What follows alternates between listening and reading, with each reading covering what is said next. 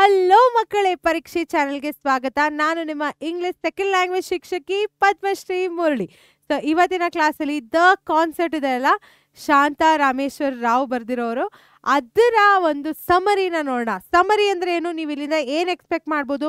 Quick ಆಗಿ 5 ನಿಮಿಷದಲ್ಲಿ ನಾನು ಪೂರ್ತಿ ಕಥೆನ ಒಂದು ಸಣ್ಣವಾದಂಥ ಪುಟ್ಟದಾದಂಥ ಒಂದು ಸಮರಿನ ಹೇಳ್ತೀನಿ. ಡೀಟೇಲ್ ಎಕ್ಸ್ಪ್ಲನೇಷನ್ ಬೇಕು ಅಂದರೆ ಮ್ಯಾಮ್ ನನಗೆ ಎಕ್ಸ್ಟ್ರಾಕ್ಟ್ಸ್ ಯಾವ್ದು ಕೇಳ್ತಾರೆ, 3 ಮಾರ್ಕರ್ ಹೆಂಗೆ ಬರೆಯೋದು, 2 ಮಾರ್ಕರ್ಗೆ ಏನು ಕೇಳ್ತಾರೆ ಅಂತ ನಿಮ್ಗೆ ಅದೆಲ್ಲ ಇನ್ಫಾರ್ಮೇಷನ್ ಬೇಕು ಅಂದರೆ ಡಿಸ್ಕ್ರಿಪ್ಷನ್ ಬಾಕ್ಸಲ್ಲಿ ಎಕ್ಸ್ಪ್ಲನೇಷನ್ ವಿಡಿಯೋ ಇದೆ. 1 ಶಾಟ್ ಅಂತ ಕರಿತೀವಿ ನಾವು ಅದನ್ನು. ದ ಕಾನ್ಸೆಪ್ಟ್ದು 1 ಶಾರ್ಟ್ ವಿಡಿಯೋನ ನೀವು ಹೋಗಿ ನೋಡ್ಬೋದು. ಅಲ್ಲಿ ನಾನು ಡೀಟೇಲ್ ಆಗಿ ಎಕ್ಸ್ಪ್ಲೇನ್ ಮಾಡಿದ್ದೀನಿ. ಸೊ ನೀವು ಅಕಸ್ಮಾತ್ ಏನಾದ್ರು ಡೀಟೇಲ್ ವಿಡಿಯೋ ಬೇಕು ಅಂದರೆ ಅದನ್ನು ನೋಡಿ, ಆಮೇಲೆ ಇದನ್ನು ನೋಡಿ. ಇಲ್ಲ ನೀವು ರಿವೈಸ್ ಮಾಡ್ತೀರಾ, ಕ್ವಿಕ್ಕಾಗಿ ಸಮರಿ ಬೇಕು ಅಂದರೆ you are at the right place ಅಂತ ಹೇಳ್ತಾ ನಡೀರಿ ಸ್ಟಾರ್ಟ್ ಮಾಡೋಣ. ಪರೀಕ್ಷೆ ಚಾನಲ್ಗೆ ಸಬ್ಸ್ಕ್ರೈಬ್ ಮಾಡಿದಿರ ತಾನೇ? ಮಾಡಿಲ್ಲ ಅಂದರೆ ಹೋಗಿ ಮಾಡ್ಕೊಂಬನ್ನಿ, ಬೇರೆ ಕ್ಲಾಸಸ್ ಕೂಡ ನೋಡಿ.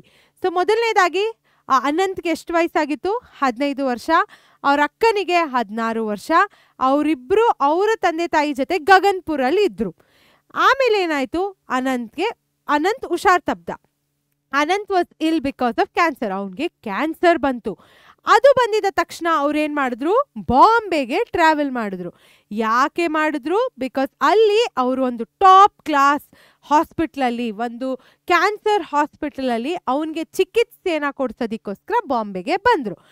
ಆಮೇಲೆ ಬಾಂಬೆಲಿ ಅವ್ರು ಎಲ್ಲಿದ್ರು, ಸುಶೀಲಾ ಅವರ ಆಂಟಿ ಸುಶೀಲಾ ಏನಿದ್ರು ಅವರ ಒಂದು ಪುಟ್ಟದಾದಂಥ ಮನೆಯಲ್ಲಿ ಇವರು ಬಾಂಬೆಯಲ್ಲಿ ಉಳ್ಕೊಂಡಿದ್ರು. ಅರ್ಥ ಆಯ್ತಾ?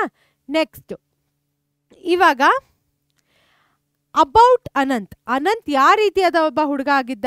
ಅನಂತ್ ಒಬ್ಬ ಬ್ರೈಟ್ ಟ್ಯಾಲೆಂಟೆಡ್ ಬಾಯ್ ಆಗಿದ್ದ. ಅವ್ನು ಟೇಬಲ್ ಟೆನ್ನಿಸಲ್ಲಿ ಚೆನ್ನಾಗಿದ್ದ, ರನ್ನಿಂಗ್ ರೇಸಲ್ಲಿ ಎಲ್ಲದಕ್ಕಿಂತ ಫಾಸ್ಟಾಗಿ ಅವ್ನು ಬರ್ತಿದ್ದ, ಆ್ಯಂಡ್ ಫಸ್ಟಾಗಿ ಬರ್ತಿದ್ದ ಆ್ಯಂಡ್ ಫಾಸ್ಟಾಗಿ ಓಡ್ತಿದ್ದ.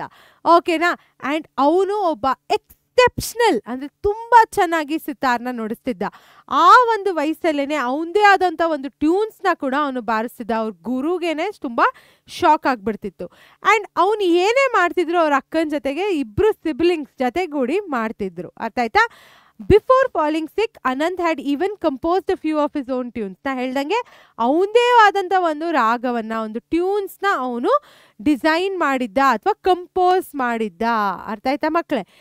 ಆಮೇಲೆ ಏನಾಯಿತು, ಅವರು ಬಾಂಬೆಲಿದ್ದಾಗ Smita and her father attended a concert perform by Pandit Ravishankar and Ustad Alla Rakha. ಅಲ್ಲಿ ಒಂದು ಕಾನ್ಸರ್ಟ್ ನಡೀತಿತ್ತು ಅಂತ ಅವಳಿಗೆ ಗೊತ್ತಾಯಿತು. ಅವಳು ಹೇಳಿದಾಗ, ಅವ್ರ ಅಮ್ಮನ ಹತ್ರ ಹೇಳಿದಾಗ ಅನಂತ್ ಕೂಡ ಕೇಳಿಸ್ಕೊಂಡ್ಬಿಡ್ತಾನೆ. ಅನಂತ್ ಕೇಳಿಸ್ಕೊಂಡಾಗ ಏನಂತಾರೆ, ನಾನು ಬರ್ತೀನಿ ಅಂತ ಅನಂತ್ ಹೇಳ್ತಾನೆ. ಬಟ್ ಅವನಿಗೆ ಹೋಗೋಕ್ಕಾಗ್ತಿರ್ಲಿಲ್ಲ, ಬಿಕಾಸ್ ಅವನು ಆಕ್ಸಿಜನ್ ಸಪೋರ್ಟಲ್ಲಿ ಕೂಡ ಇದ್ದ. ಅವನು ಕೂತ್ಕೊಳ್ಳೋಕ್ಕಾಗ್ತಿರ್ಲಿಲ್ಲ, ಮಾತಾಡೋಕ್ಕಾಗ್ತಿರ್ಲಿಲ್ಲ.